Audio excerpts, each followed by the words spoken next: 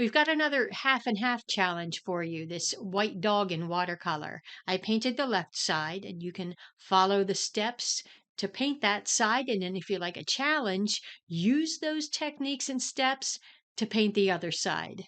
This is an overview of the real-time tutorial that you can find inside our watercolor school. I wanted to show you the big picture of the steps, and I hope you find it helpful. And I invite you to come on over to the school to check out the lesson. Let's get started. This is a small painting, about 4 by 6 inches, a nice size for a practice study. We'll use Osh 140-pound cold press paper, and only 4 colors are needed. For the white fur, we'll use a gray mix of French ultramarine blue and burnt umber or burnt sienna, and then some permanent rose and yellow ochre. The brush you're seeing is a Michael Klein pointed round brush number 2 from Rosemary and Company.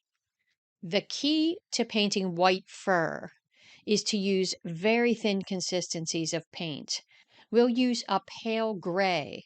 When you apply thin layers, you can create darker values that still leave the impression of white. Let's look at how to create that color on the palette.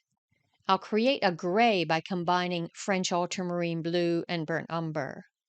Add water to thin out the color until it's the consistency of tea. Do you see how thin the color is? You want your brush to be clean and barely damp when picking up color, and you need just a little bit of color on the brush. And now, let's take a look at the accelerated tutorial. I first created the eyes and the nose. This establishes the personality, and I find it encouraging as I progress through the painting.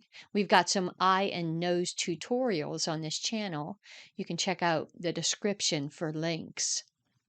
And now let's move into the beginnings of the white fur. And I find it helpful to start by creating a pale gray map of larger shapes of fur. This will serve as a guide. It helps me to keep from getting lost. Every time you pick up color, you can adjust the color and the consistency based on what you see. You can use that pale gray to go around shapes that you created in the drawing. I find this helpful in keeping track of where I am so I don't get lost. Let's divide the darker from the lighter values. When you go just a little bit darker, it helps to create the impression of overlapping fur and shadow. Next, we'll apply thin layers of color, slowly going darker. As one area dries, we'll go somewhere else. I'm creating a pale map of what will be the darker parts in the mouth, as well as the pink of the tongue. Layer by layer, we'll take these areas darker. Take your time. Allow each layer to dry. As the mouth dries, I'll establish the beginnings of what will be the darker hairs around the nose. Now the mouth is dried and we'll come back to it, applying thin layers of color, creating the shadow in the mouth. Before taking the white parts any darker, it's helpful to create a pale map of fur. I'm using the gray, the consistency of tea to milk, just a bit of color on the brush.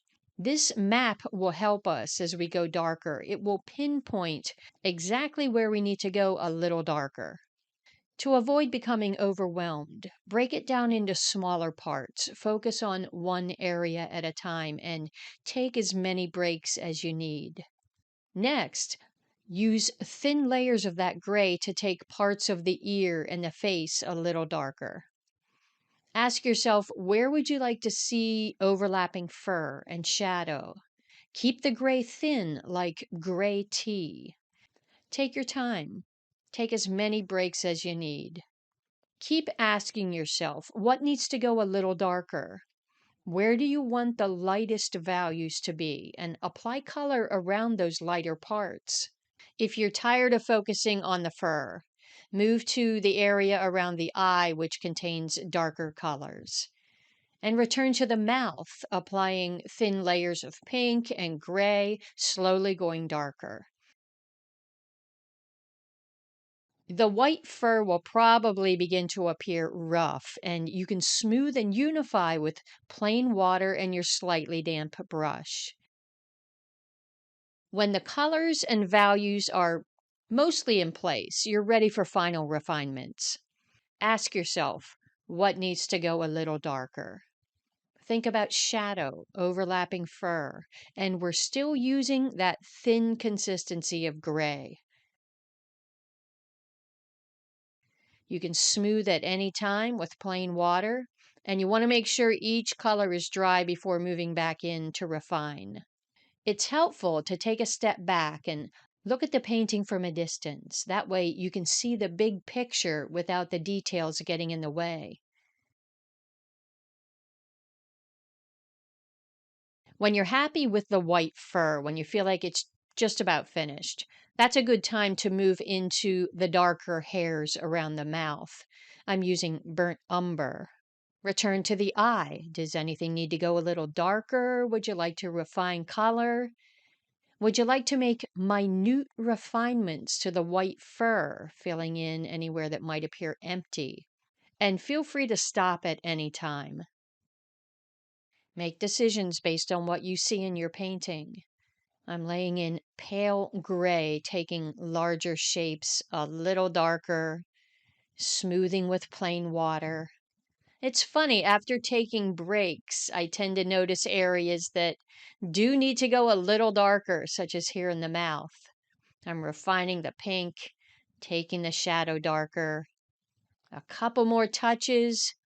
It's really based on what you see in your painting. And there it is.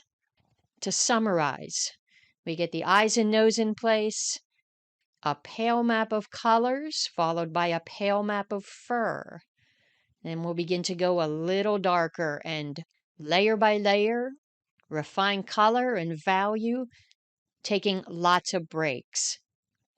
So that's how we created the left side of the dog. And if you'd like to watch the tutorial in real time, I invite you to visit our watercolor school where you can download the drawing, the reference photo, and the entire materials list and watch all of the steps.